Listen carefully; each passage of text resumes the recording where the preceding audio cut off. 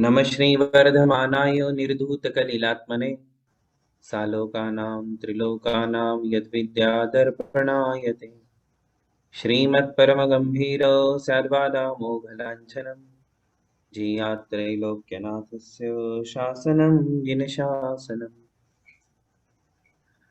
पंच परमेष्ठि भगवान की जय। नमोकार महामंत्र की जय। वर्तमान जिन शासन नायक श्री महावीर भगवान की जय। युगादि पुरुष प्रथम तीर्थंकर श्री आदिनाथ भगवान की जय। परम पूज्य आचार्य श्री शांति सागर जी महाराज की जय। परम पूज्य आचार्य गुरुवर प्रज्ञा श्रमण श्री देवनंदी जी महाराज की जय। श्रीमद् जैन धर्म की जय। परम पूज्य धर्म देवाकर मुनि श्री अमोघ कीर्ति जी महाराज की जय।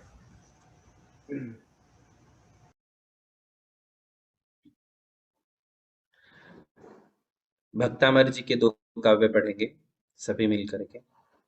भक्तामर प्रणत मौलिमणि प्रभाणा मुद्योतकं दलित पापतमोवितानम् सम्यक् प्रणम्य जिनपादयुगं युगादा वालम्बनं भवजले पततां जनानाम् यः संस्तुतः सकलवाङ्मयतत्त्वबोधा दुद्भूतबुद्धिपटुभिः सुरलोकनाथैः स्तोत्रैर्जगत्त्रितयचित्तहरैरुदारैः स्तोष्ये किलाहमपि तं प्रथमं जिनेन्द्रम्।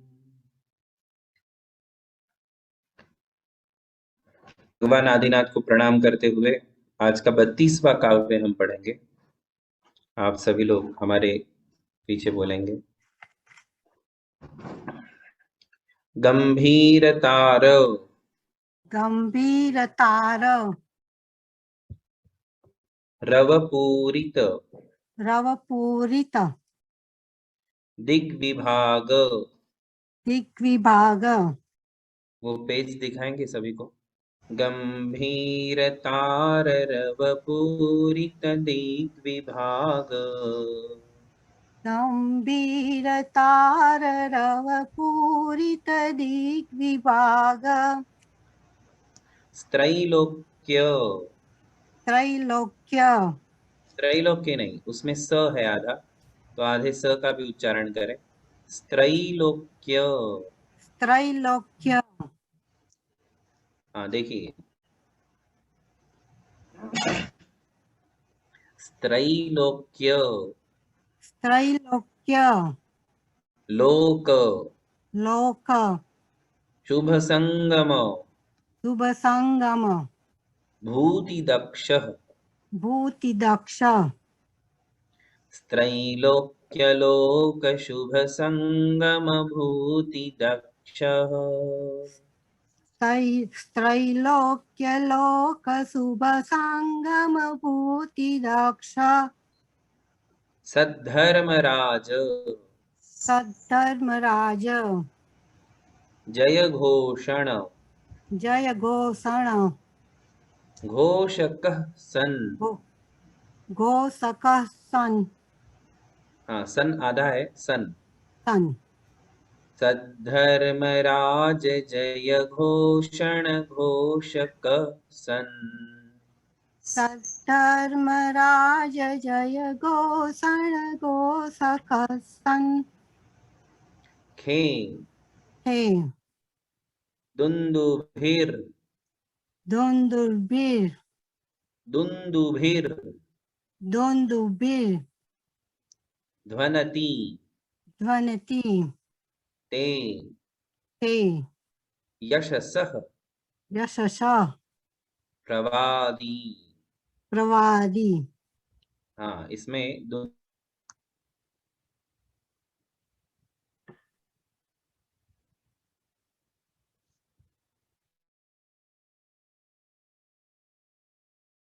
दुंदुभिर ऐसे दुंदुभिर ध्वनति दुंदुभिर ध्वनति दुंदुभिर ऐसे प्रैक्टिस ध्वनति। करेंगे।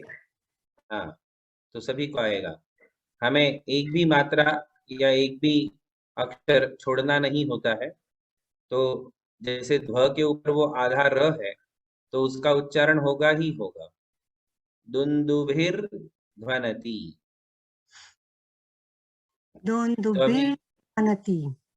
हाँ, और एक बार पढ़ता हूँ, आप पढ़िए। गम्भीरताररवपूरितदिग्विभाग गम्भीरताररवपूरितदिग्विभाग स्त्रैलोक्यलोकशुभसङ्गमभूतिदक्षः त्रैलोक्यलोकसुभसङ्गमभूतिदक्ष सद्धर्मराज जय घोषण घोषक सन् तद्धर्मराज जय घोषण घोषक सन् खेदुन्दुभिर्ध्वनति ते यशसः प्रवादी। हे दुन्दुभिर्ध्वनति ते यशसः प्रवादी। हाँ, बोलेंगे एक बार और, बोलिए आप चारों पंक्ति। गम्भीरताररवपूरितदिग्विभाग त्रैलोक्यलोकशुभसङ्गमभूतिदक्ष तद्धर्मराज जय घोषण घोषक सन् कैदुन्दुभिर्ध्वनति ते यशसः प्रवादी। बहुत बढ़िया। आप पढ़िए, काश्मीरा वाचो। गम्भीरताररवपूरित दिग्विभाग त्रैलोक्यलोकशुभसङ्गमभूतिदक्ष सद्धर्मराज जय घोषण घोषक सन् खेदुन्दुभिर्ध्वनति ते यशसः प्रवादी। दुंदुभिर है ना? दुंदुभिर, या हाँ, आप पढ़िए। क्या नाम आपका? राजूला। गम्भीरताररवपूरितदिग्विभाग स्त्रैलोक्यलोकशुभसङ्गमभूतिदक्ष स्वधर्मराज जय घोषण घोषकः सन् खेदुन्दुभिर्ध्वनिति ये यशस्प्रवादी। ध्वनति ध्वनति ध्वनति खेदुन्दुभिर्ध्वनिति ते ध्वनति यशस्प्रवादी। ध्वनति बिल्कुल सही पढ़ रहे हैं आप। हाँ, ध्वनति, बस इतना ही पढ़ ध्वनति। जो है। हाँ, बराबर है। कहाँ से है आप? न्यू जर्सी में से। न्यू जर्सी, ठीक। पढ़िए उमा जी, आपने हैंड रेस किया है। गम्भीरताररवपूरितदिग्विभाग स्त्रैलोक्यलोकशुभसङ्गमभूतिदक्षः सद्धर्मराज जय घोषण घोषकः सन् खेदुन्दुभिर्ध्वनति ते यशसः प्रवादी। बहुत ही बढ़िया जी। तो अभी इसका अर्थ सीखेंगे।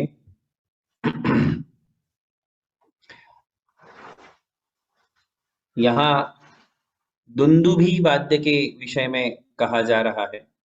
दुंदुभी, दुंदुभी का मतलब होता है वाद्य, बाजे। तो ये जो दुंदुभी है, ये खे ध्वनति, खे यानी आकाश में। खे, ख शब्द का अर्थ आकाश होता है, सिर्फ ख, ख यानी आकाश। खे यानी आकाश में, ध्वनति यानी आवाज करता है। दुंदुभी आवाज करता है। तो उसके लिए 3 एडजेक्टिव दिए गए हैं और 3 एडजेक्टिव देकर के दुंदुभी का कार्य क्या है वो बताया है। सबसे पहले कहते हैं कि गंभीर तार रव पूरित दिक विभाग। गंभीर यानी घनी आवाज होती है, गंभीर गंभीर आवाज होती है। और तार शब्द का अर्थ होता है ऊंची। गंभीर तार रव, रव शब्द का अर्थ है आवाज। तो जो जो नगाड़े बजते हैं, वाद्य बजते हैं, उनका आवाज कैसा होता है? तो गंभीर होता है। बांस होता है ना, बांस म्यूजिकल इंस्ट्रूमेंट्स में, तो बांस बढ़ाते हैं तो वो जैसी आवाज आती है वैसी गंभीर ध्वनि होती है। पोली पोली आवाज नहीं है, बिल्कुल भरी हुई सी आवाज उन वाद्यों की होती है। और तार यानी बहुत ऊंची होती है। कितनी ऊंची होती है? तो कहते हैं पूरित दिग विभाग। दिग विभाग का मतलब है दिग यानी दिशा, दिग यानी दिशा, विभाग यानी दिशाओं के विभाग को। अब विभाग क्या होता है? तो 2 दिशाओं के मध्य का जो भाग होता है, जैसे साउथ ईस्ट, तो साउथ से ईस्ट तक का जितना भाग है इसे कहते हैं दिग विभाग। फिर ईस्ट से लेकर के वेस्ट तक, वेस्ट से लेकर के नॉर्थ तक, नॉर्थ से लेकर के फिर ईस्ट तक।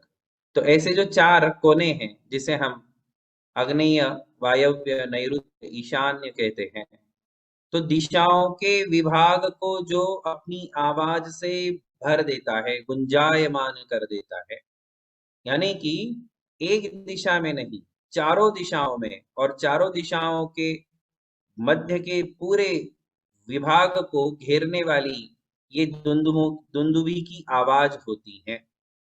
10 दिशाओं में उसकी आवाज फैल जाती है। ऐसे ये दुंदुभी है। ये पहला एडजेक्टिव हुआ। आधा स जो है, दूसरी लाइन में जो आधा स है वो आधा स दिग विभाग के साथ जुड़ करके उसका विसर्ग बन जाता है। फिर दूसरा जो एडजेक्टिव है वो त्रैलोक्य से शुरू होता है। त्रैलोक्य लोक शुभ संगम भूति दक्ष। इसमें आचार्य कहते हैं कि इसका क्या अर्थ है?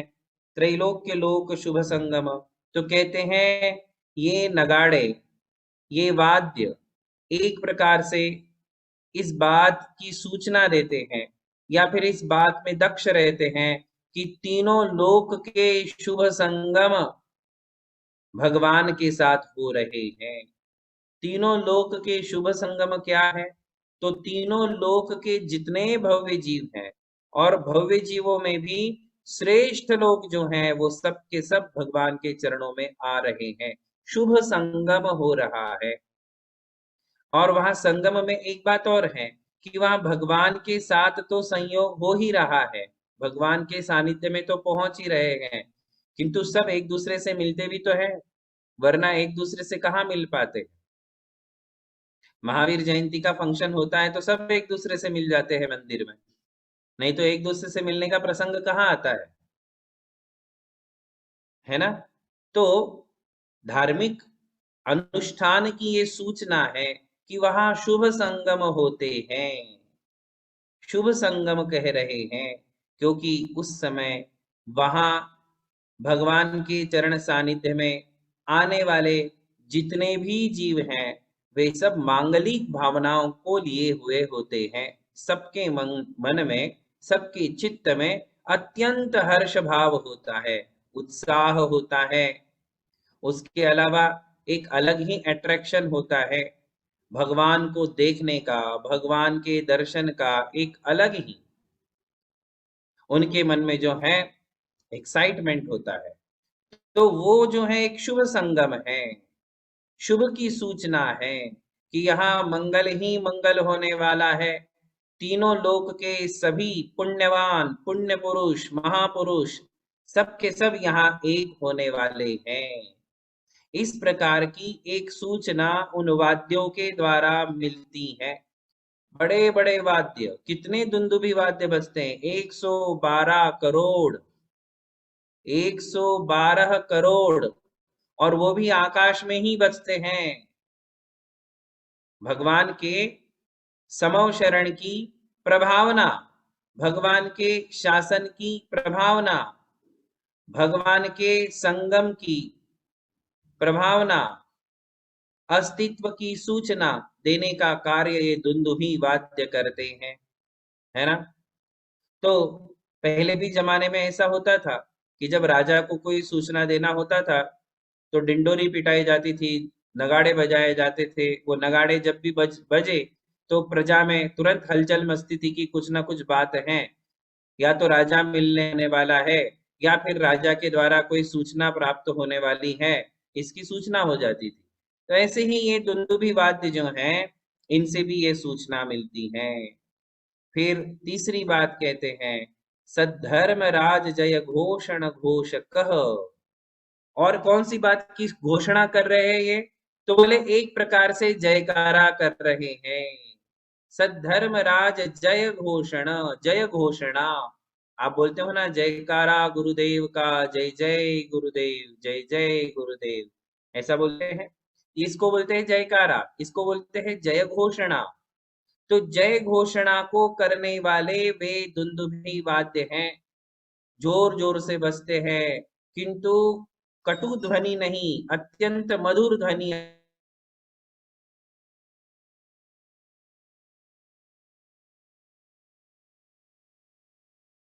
वाद्य जो बज रहे हैं ये भगवान की जयकारा लगा रहे हैं। सद्धर्म राज, सद्धर्म का मतलब है जो समीचीन धर्म है, सच्चा धर्म है, यथार्थ धर्म है, उसके राजा यहाँ पधारे हैं। सद्धर्म राज कौन है? तो सद्धर्म राज हैं धर्म तीर्थ का प्रवर्तन करने वाले तीर्थंकर भगवान, उन्हें कहा है सद्धर्म राज। और उनकी जय घोषणा, जय घोषणा करने, घोषकः यानी करने वाले, घोषणा करने वाले ये दुंदुभी वाद्य हैं। तो 3 एडजेक्टिव दे दिए। देखो कैसे हैं दुंदुभी वाद्य। तो पहली बात कही कि अपनी गंभीर और ऊंची आवाज से दसों दिशाओं को गुंजायमान करने वाले ये दुंदुभी वाद्य है। फिर दूसरा कैसे हैं दुंदुभी वाद्य? तीनों लोक के शुभ की संगम, तीनों लोक के शुभ का संगम जो होने वाला है उसकी सूचना देने वाले हैं, उसकी सूचना दे रहे हैं, या उसमें दक्ष हैं, लगे हुए हैं कि शुभ का संगम होता रहे। और तीसरी बात कैसे हैं? तो सद्धर्म राज जय घोषण घोषक, ये तीसरा एडजेक्टिव है कि कैसे है वो दुंदुभी वाद्य। तो बोले अपनी आवाज से, अपनी आवाज से जिनेन्द्र भगवान की, तीर्थंकर भगवान की जयकारा करने वाले वे दुंदुभी वाद्य हैं।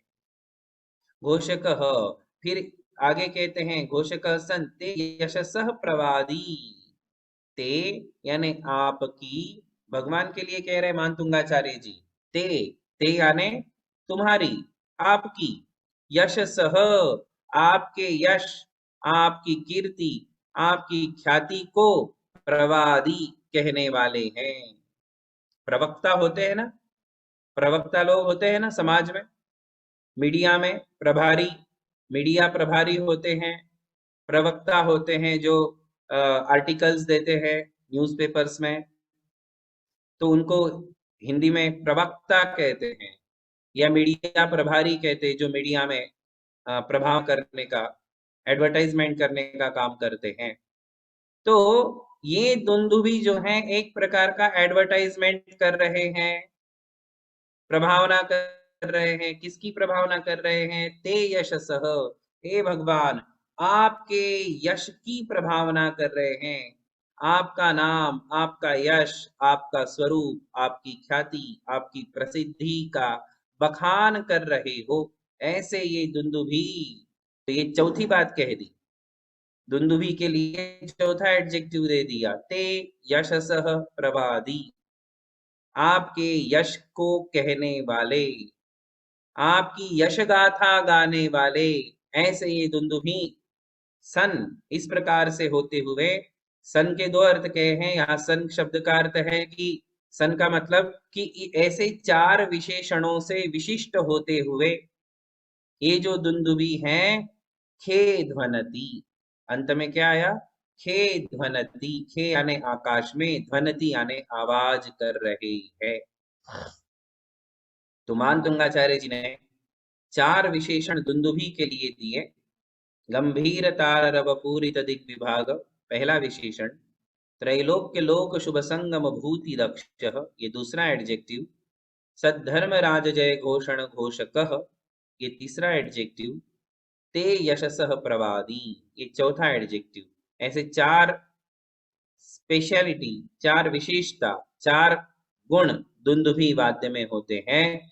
और ऐसे दुंदुभी कहाँ बजते हैं, आकाश में। आपको बताया था ना मानतुंगाचार्य जी इनडायरेक्टली हर प्रातिहार्य का स्थान बता रहे हैं, है ना। उच्चैर अशोक तरु संश्रित, उसमें कहा था कि अशोक तरु जो है ऊपर शोभायमान हो रहा है।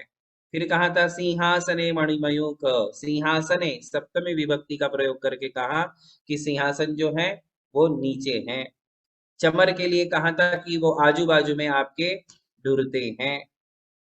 इस प्रकार एक एक प्रातिहार्य का स्थान भी आचार्य श्री बता रहे हैं। छत्रत्रय के लिए भी कहा था कि वो आपके सिर के ऊपर, शिरसी, शिरसी यानी सिर के ऊपर, ये तीनों छत्र।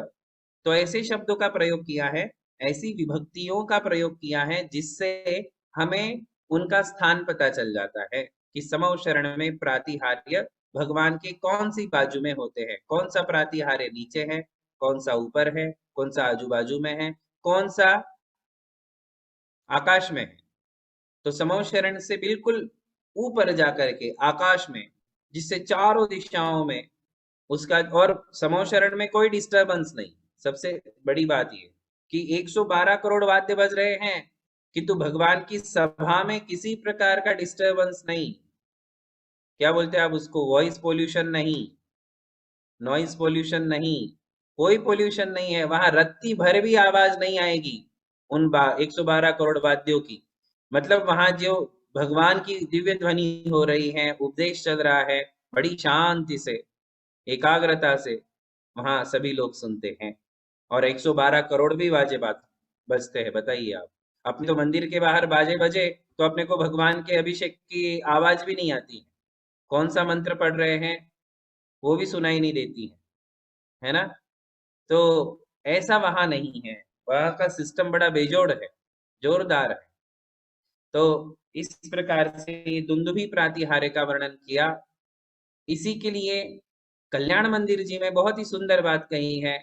वहां कहते हैं कि ये बाजे जो बजते हैं आकाश में, वहां की थोड़ी, कल्याण मंदिर जी में थोड़ी अलग कल्पना की है और बड़ी सुंदर कल्पनाएं की हैं।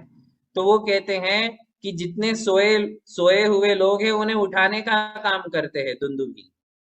आगत्य निर्वृतिपुरम प्रतिसार्थवाहम, भो भो प्रमादमवधूय भजध्वमेन, आगत्य निर्वृतिपुरम प्रतिसार्थवाहम, एतन् निवेदयति देव जगत्त्रयाय मन्ने नदन भिनभ सुरदुंदुभिस्ते। सुरदुंदुभि ऐसा शब्द का प्रयोग किया है कि ये देवों के वाद्य हैं।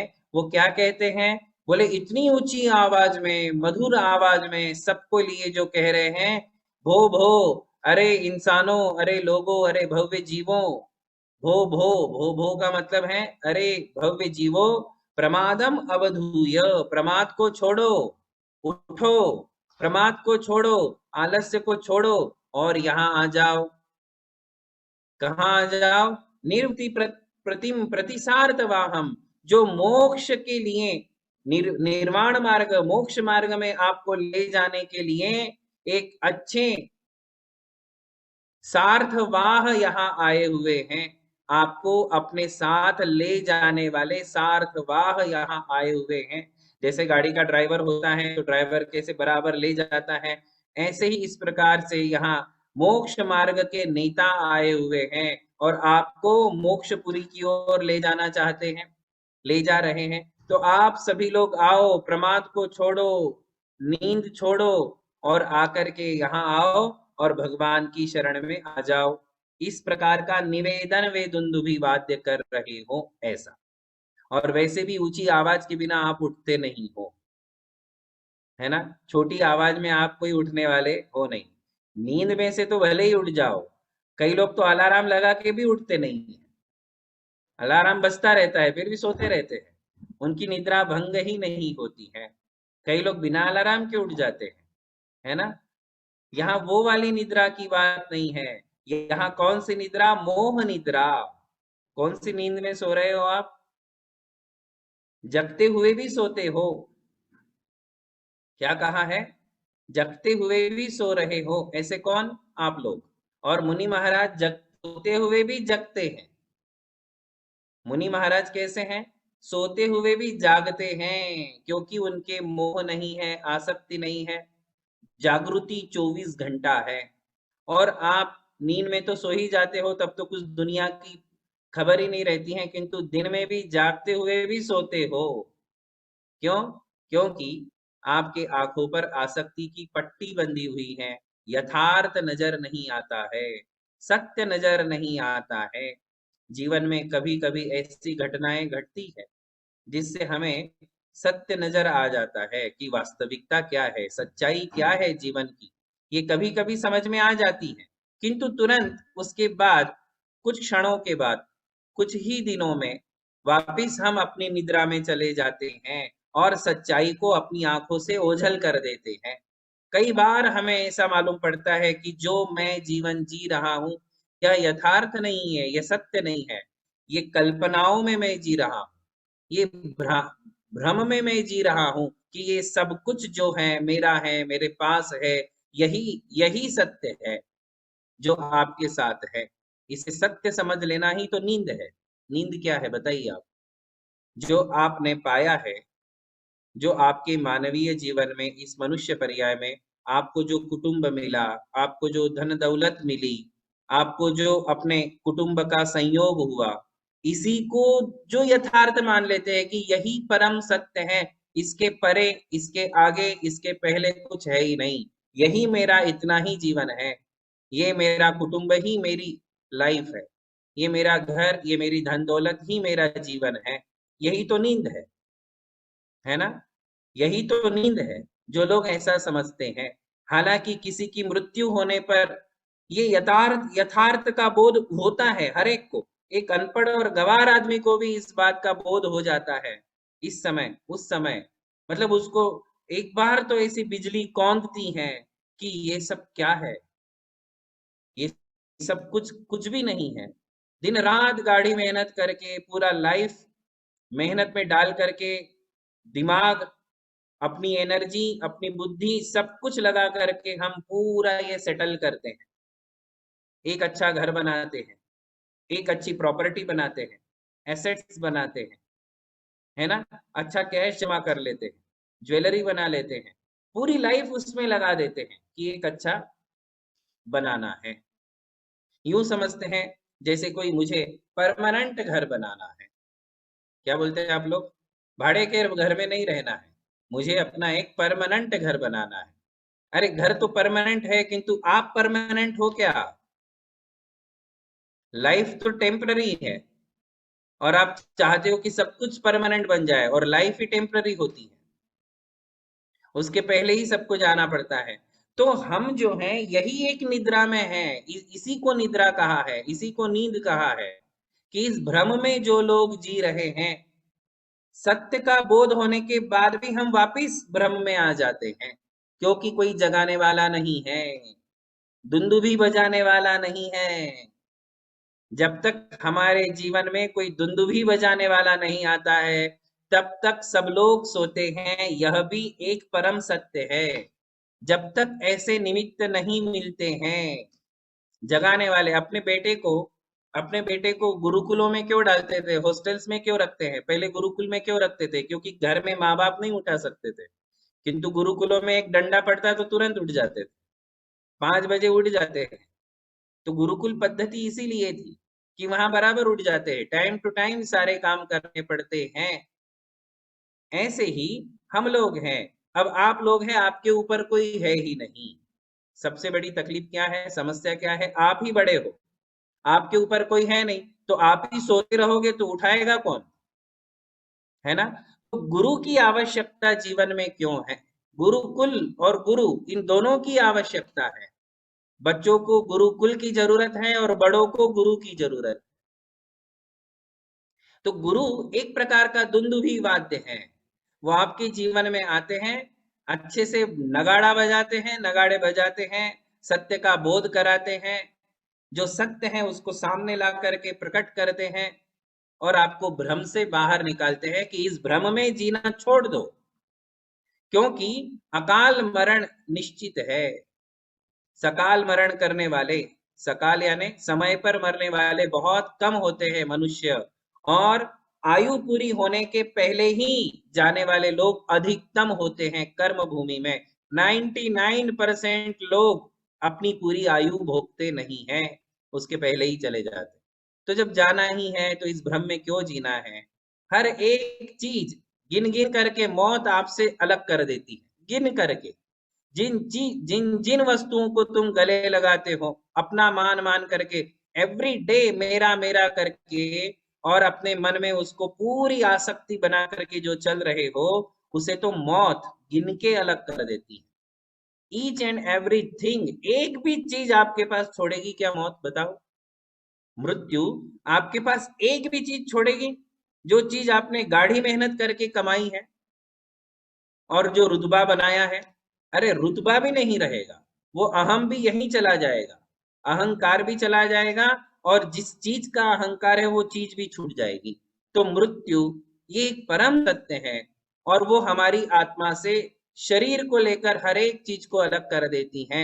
इसलिए हमें यथार्थ में जीना चाहिए, और आत्मा जो अकेली ही बचती है जाते समय, उस आत्मा का कल्याण, उस आत्मा को सही दिशा दिखाने वाले जो हैं, उस धर्म के प्रति हमारे लिए वो श्रद्धा का दिया जला लेना चाहिए। जो लोग इस भ्रम से थोड़े बाहर आकर के वो दिया जला लेते हैं, ज्ञान का दिया, कौन सा दिया, श्रद्धा का दिया, ज्ञान का दिया, फिर उनका जाना अखरा नहीं है। उन लोगों का जाना कोई जाना नहीं है, क्योंकि उन्होंने वो दिया जल के पहले जला लिया। अब वो जहां भी जाएंगे वहां रोशनी होगी, और जो बुझा हुआ दीपक लेके जाते वो अंधेरे में जाते और अंधेरे में फंस जाते हैं। इसलिए मृत्यु के पहले वो श्रद्धा का, ज्ञान का, रत्नत्रय का, धर्म का दिया हम सबको जला लेना चाहिए, और उस दिए के प्रकाश में हमें अगले जीवन की, परलोक की यात्रा करनी चाहिए, जिससे हम यहाँ भी रोशनी में रहेंगे और वहां भी रोशनी में रहेंगे। इस प्रकार की जो आध्यात्मिक बातें हैं, यथार्थ बातें हैं, वो हमारे लिए देव शास्त्र गुरुओं से सुनने को मिलती हैं। इसलिए वो दुंदुभी वाद्य आपको भी कह रहे हैं कि आओ देव शास्त्र गुरु के सानिध्य में आओ और जीवन के यथार्थ को समझो। तो इस प्रकार ये 32वें काव्य का भावार्थ हुआ। आज इतना ही। बोलिए आदिनाथ भगवान की। परम पूज्य धर्म दिवाकर आश्रमार्ग प्रभावक मुनि श्री अमोघ कीर्ति जी महाराज की जय। मुनि श्री युगल मुनि महाराज की जय। नमस्ते महाराज जी, नमस्ते सभी को महाराज जी, आशीर्वाद नमस्ते है। महाराज जी। महाराज जी।